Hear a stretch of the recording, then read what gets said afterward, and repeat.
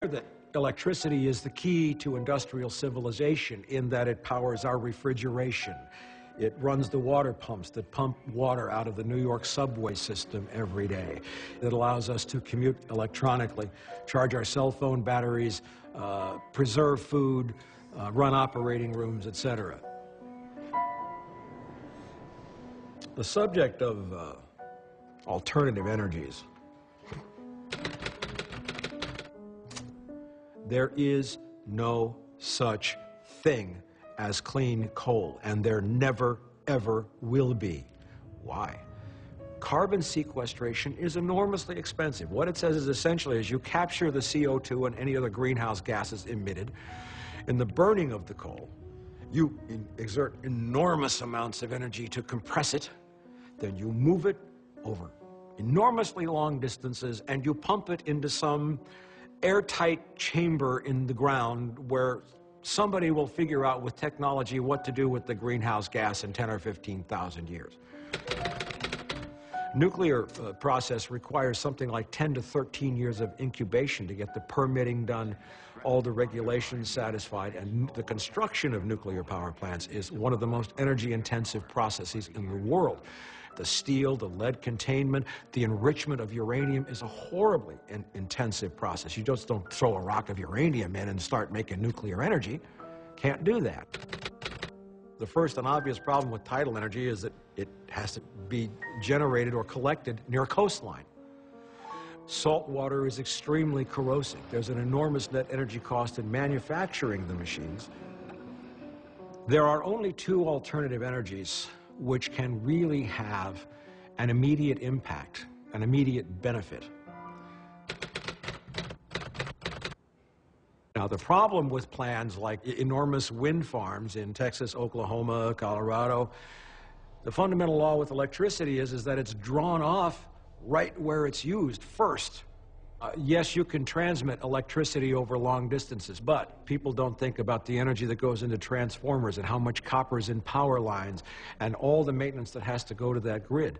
So when you see really ridiculous commercials that say we could have a solar array 96 miles in the desert, they don't even think about the fact that that electricity is going to get used in California before it goes anyplace else. Just, you know, if you saw this movie and you didn't know who you were, and you were just curious what your credentials are in terms of understanding this information.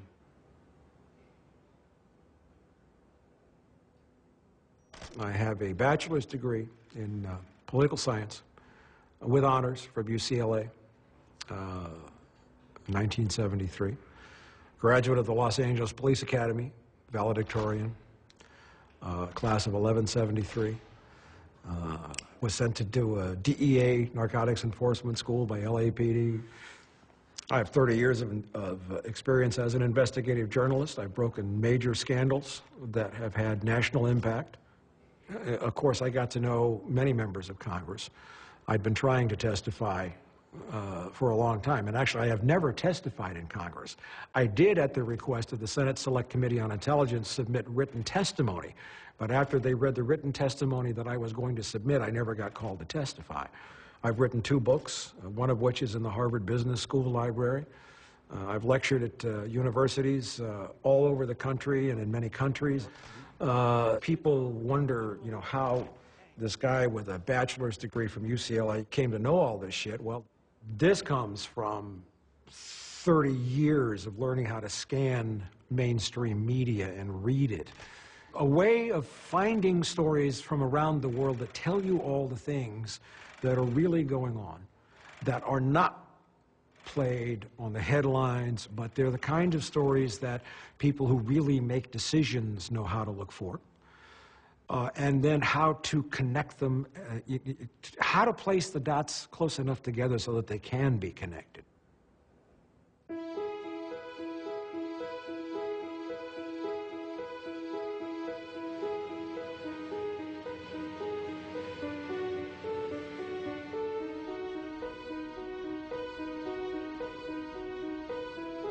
The soil is the place from which all plant matter gets its nutrients. And if you keep sucking the nutrients out, the soil is useless. For all of history, the way the soil was replenished and the nutrients were returned in some measure to the soil was that plant matter was allowed to decay, to compost, to restock the soil. That's why crop rotation is so important. You may have one crop of celery which will suck certain chemicals out of the soil. Another crop, wheat or something else, may return those same chemicals to the soil. So the soil maintains a balance.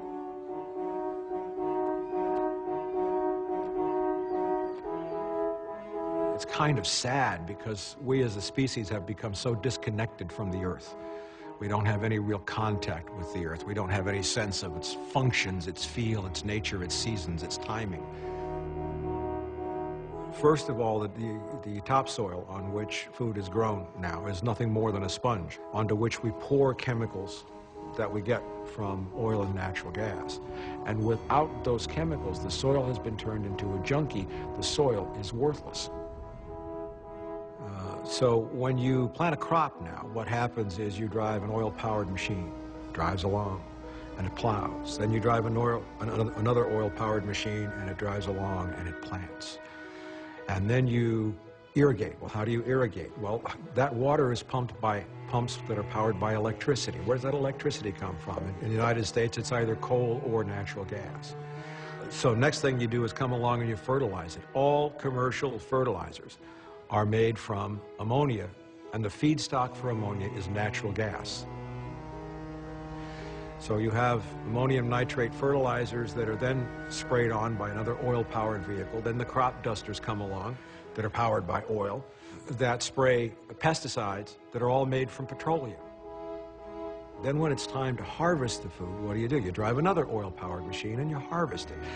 You use another oil-powered machine to drive it to a place where it's processed.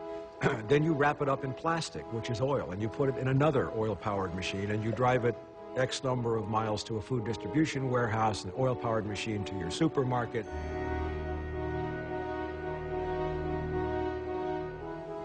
The way food is grown, produced, and moved around the world today, it's an enormous waste of hydrocarbon energy, which doesn't make sense.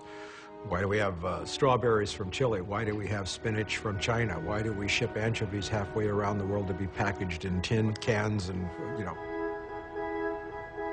There are 10 calories of hydrocarbon energy in every calorie of food consumed in the industrialized world.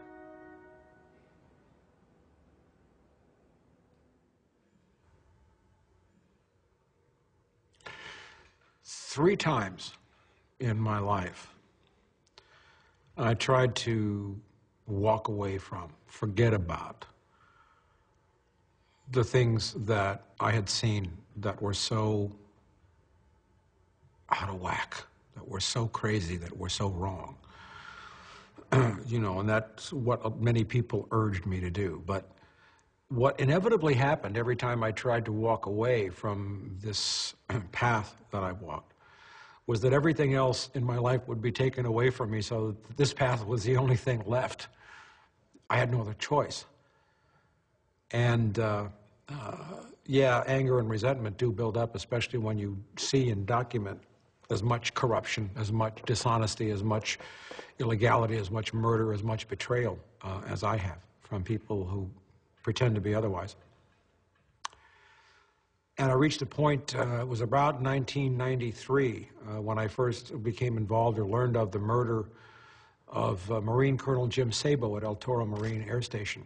He was the chief of Air Ops, and he had caught CIA C-130s flying 2,000 and 3,000 kilos of cocaine onto his base, and he was suicided. I crossed my own Rubicon at that point. There was no turning back for me. And I knew that wherever this path was going to go, I had to follow it. In the 80s, because I'd had some skill as a writer, I started freelance writing. I got published a few times. I realized that I could be a writer. I wrote about 109 mysterious deaths or suicides in the U.S. military in a very short period of time, and I found that most of those were connected to covert operations in one way or another. The next real evolution came in 1996 after my confrontation with CIA Director Deutsch, John Deutsch at Lockhart.